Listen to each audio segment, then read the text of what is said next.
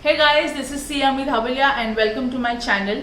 Hope you all are doing well. Today we are going to discuss a very important topic related to personal finance. So these 3 points are gonna make sure that all the hard work you do in order to make your personal finances work for you is safeguarded.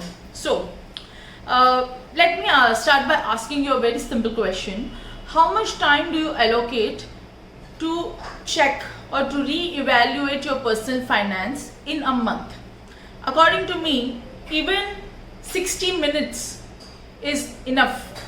If you put your mind to it and you sit once a month and just re-evaluate how your finances, how your mutual funds, how your deposits, how your bonds are working out for you. Exactly where have you put your money, what is the trend, how is the stock market, and what do you need to do in future. So saying this, let's now come back to the 3 points. First is password. So nowadays you may be working with one or more broker, or you may be doing your finances on your own. You may be investing in fixed deposits, PPFs, bonds, stocks and shares, mutual funds on your own or through a broker. But in this time of online disruption, so many new applications have come in, so many new passwords you may need to remember. So what happens when we do not really put our minds to actually taking care of the passwords? So many a times I have seen this happen. Tragedy can strike, it's human life. Let's say you and your spouse are joint owners in many investments, or let's say you have investments in your own individual name, and one of you, let's just hope that such a tragedy does not occur, but let's say one of you dies in a car crash. Now sometimes, or as per my observation, many a times the other spouse may not have the any idea regarding the passwords, or exactly how much money does the spouse own, or where is that money actually parked. So in this case, usually this happens in case when the wife is left out, so usually this happens when the husband dies and the wife is actually left completely in an unknown territory without any knowledge of where the actual money is. So it actually creates a very dire situation after a point, after a point of time when you actually need the money. Sometimes I have observed the wife, they don't even know how much movable or immovable property they actually own, or is the or what is the actual ways or means of actually accessing the money. So let's say you don't even know the bank password. What are you going to do? You don't even know your broker's number. What are you going to do then? So many things culminate into a very, very, very saddening situation. You don't want to go through this.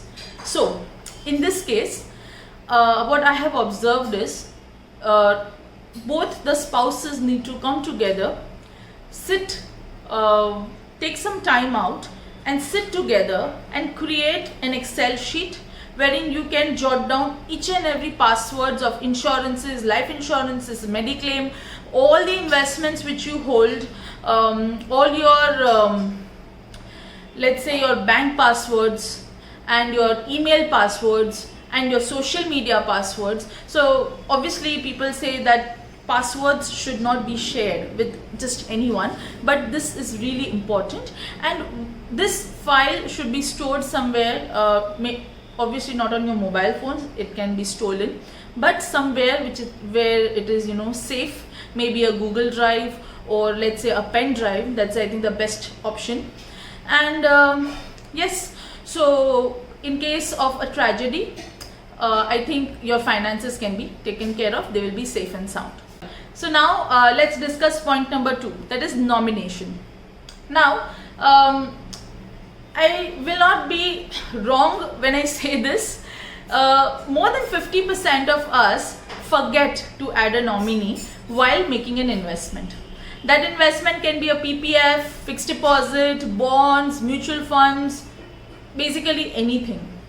And the problem is, if the person who is investing is no more, he or she dies, then in absence of a nomination, the next recourse is either the property will now get transferred to the legal heir, or worst cases, suppose there are more than two, or there is more than one legal heir, then in that case there is a very common chance of a fight happening, and in that case, in absence of a will, the entire wealth will be a victim of a court case. So in order to avoid everything, all this, nomination is really, really important. It's compulsory. So if you have not yet added a nominee, shell out a weekend and add a nominee to each and every investment you own. Now let's discuss the last and third point.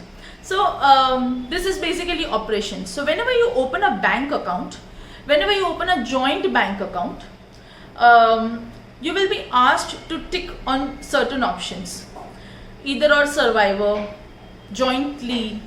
So basically, always tick on EOS, either or survivor. Now whenever two people are jointly holding a bank account or a fixed deposit or any kind of basically bank operation, when they select EOS, even one of those two people can sign and can get the money. Now, in case of jointly, both will have to compulsorily sign.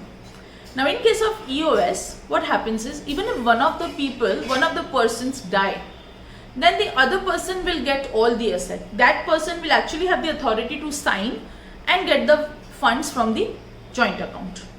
And in case the other survivor also dies, then the nominee will get the funds. In case the nominee also dies, the legal heir will finally get the funds.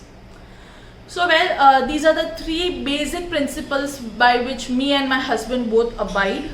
We are in a safe place knowing that all this is done, my investments. Suppose something, the worst happens, there will be someone who will be eligible and who will get this money. It will not be lost in let's say a court case or something. So I hope you have this has made your mind ring. It should actually. And let's hope that you shell out one weekend for this and get all these 3 points sorted out for you. So this is me signing off, and if you have liked this video, then please like, subscribe and ring the bell icon. Thank you.